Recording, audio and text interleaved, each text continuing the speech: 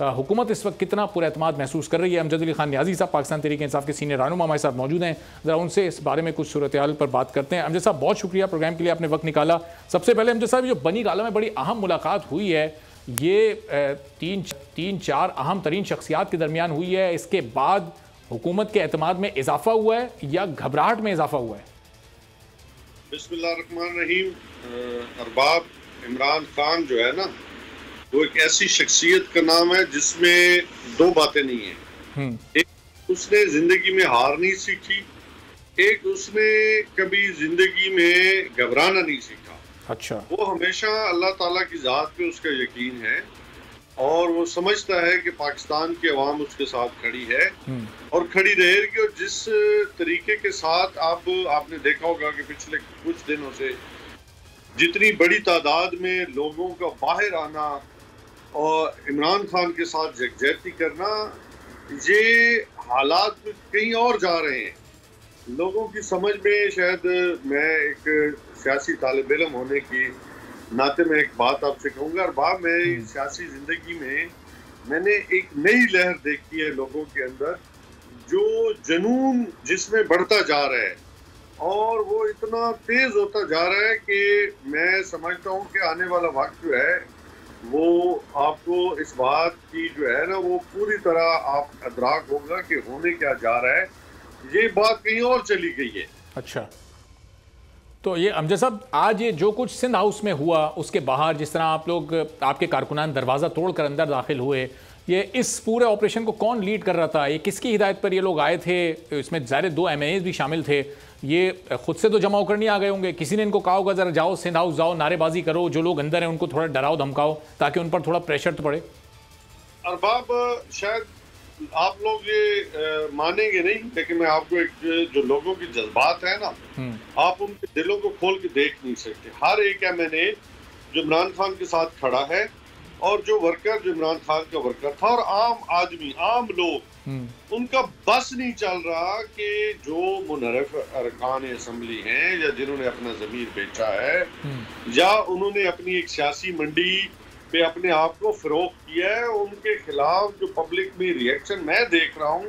आप गांव-गांव जाएं, गली गली जाएं, नगर नगर जाएं, आप उनकी बातें सुने, वो क्या कह रहे हैं। वो समझते हैं कि ये हॉर्स ट्रेडिंग जो है बंद होनी चाहिए, अब ये मंडियां बंद होनी चाहिए। अगर जिसका जो वोट है, जो जिस पार्टी से जो कोई भी है, लेकिन अमजद साहब, वहां से तो हल्फन वीडियोस आ रही है ना। आप देखिए, हल्फ लेते हुए नूर आलम साहब ने कहा, 1-2 और MNAs की वीडियोस आई जिसमें वो वीडियो में कुरान शरीफ पर हल्फ लेकर बोल रहे हैं कि 1 रुपया नहीं लिया।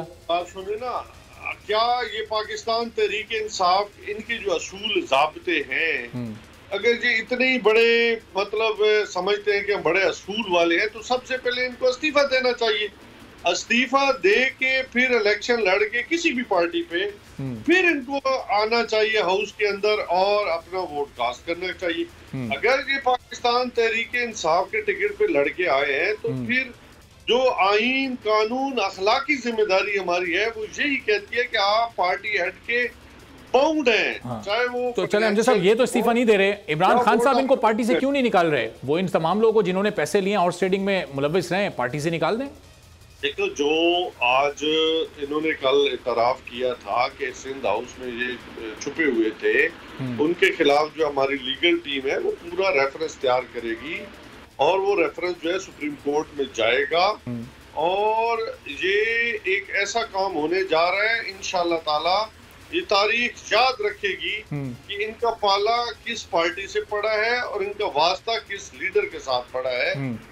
और ये ऐसे नहीं है कि हमारे जो वर्कर्स हैं, आम आदमी है, मैंने पहले आपको कहा, अरबाब, काश के आप जो है खुद सर्वे करें।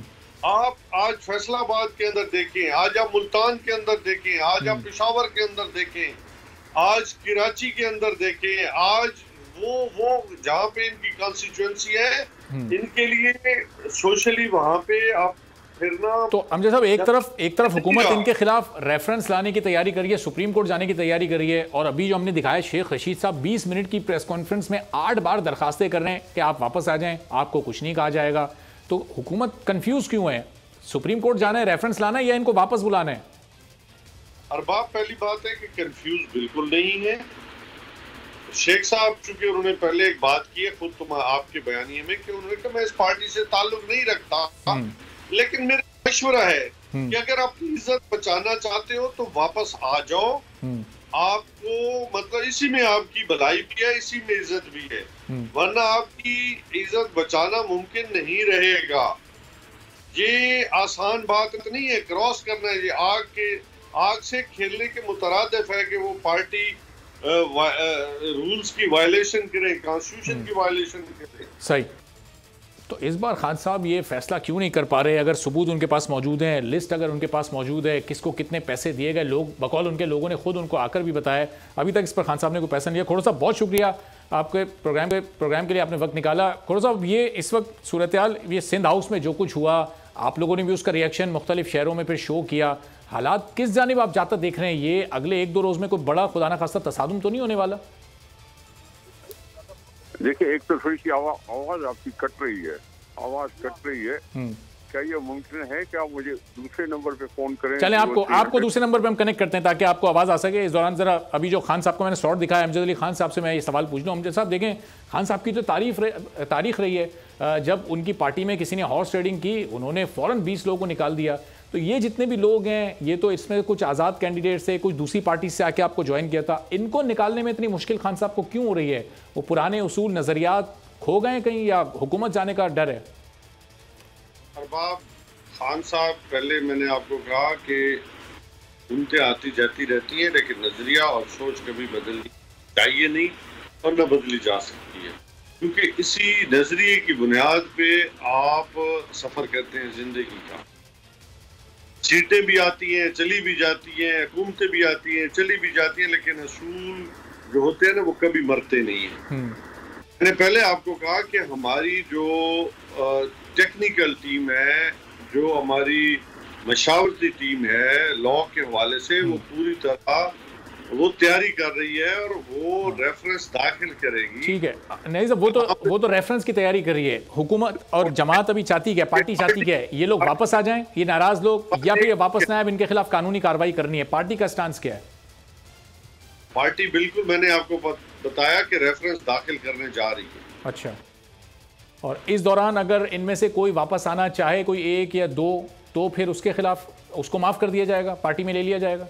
अब इस वक्त जो है ये सारी चीजें कबल वक्त हैं, जब कोई वापस आएगा उस पर इमरान खान साहब खुद फैसला देंगे कि इनके साथ क्या किया जा सकता है। सही। चलें, निसार खोड़ो साहब आ गए हैं। तो खोड़ो साहब, ये पाकिस्तान तहरीक इंसाफ के नाराज मुनर्रिफ अरकान इतनी बड़ी तादाद में सिंध हाउस में मौजूद हैं, क्यों वहाँ पर इनको रखा हुआ है? किसको कितने पैसे दिए हैं? खान साहब और उनकी पार्टी तो बता रही है कि 15-15, 18-18, 20-20 करोड़ रुपए उनको दिए गए हैं। एक लिस्ट भी वायरल हो रही है सोशल मीडिया पर, उसमें भी सबके नाम और सबको दिए गए पैसे। ये पैसे किसने दिए हैं इनको? क्या कह रहे हैं? पैसे क्या मतलब? पैसे किसने दिए पीटीआई के इन लोगों को जो सिंध हाउस में इस वक्त मौजूद हैं, जो एक लिस्ट चल रही है इस वक्त? हम क्यों देंगे उनको पैसे? पीटीआई में इस वक्त कहते हैं कि 4 ग्रुप है। जहांगीर करीम का अलग ग्रुप है, अलीम खान का अलग ग्रुप है, यहाँ जो सिंध हाउस में आके पनाह लेके बैठे हुए हैं वो अलग ग्रुप है, उसका बाकी फवाद खान और मुराद सईद का ग्रुप होगा। 4 ग्रुप है, उसमें हम क्यों उनको पैसे देंगे? वो अपनी मायूसी का खुद इजहार कर रहे हैं, तो हम क्या करें उनको? सब्सक्राइब करें और बेल दबाएं ताकि कोई खबर रह न जाए।